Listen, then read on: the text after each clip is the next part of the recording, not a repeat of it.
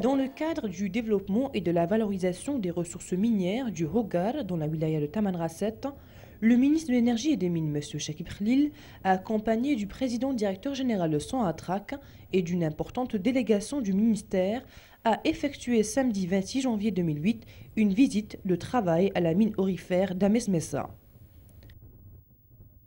Exploitée par l'entreprise Enor SPA, dont les deux actionnaires sont Sonatrach qui détient 48% des parts et Goldmine Australia avec 52%, la mine d'Amesmessa est entrée en production au début de ce mois. Sur site, le ministre a suivi des présentations portant sur le nouveau procédé introduit pour la première fois en Algérie, le heap leach, ou la lixiviation en tas de valorisation des minerais aurifères, qui permettra à l'Enor d'augmenter progressivement sa production pour atteindre 3 tonnes d'or par an. Ce nouveau projet a nécessité un investissement qui s'élève à plus de 47 millions de dollars.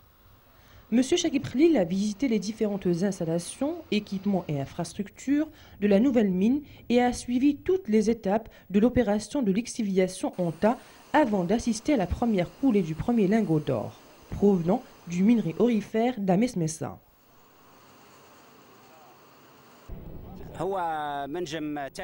C'est la deuxième mine qui entre en production et qui porte le nom d'Amesmessa.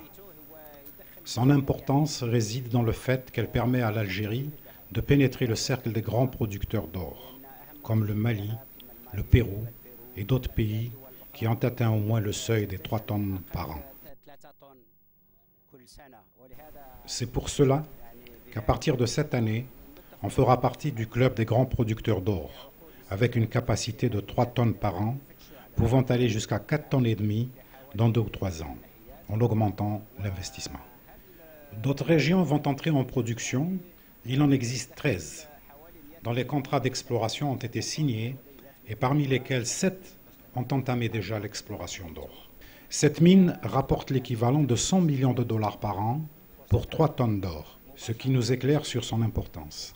Par ailleurs, 600 emplois directs ont été créés et 700 autres indirects représentant les activités de transport, de restauration et d'autres services liés à ces opérations. Donc nous envisageons un gros avenir pour cette région. Et nous avons décidé d'y édifier l'Institut algérien de géologie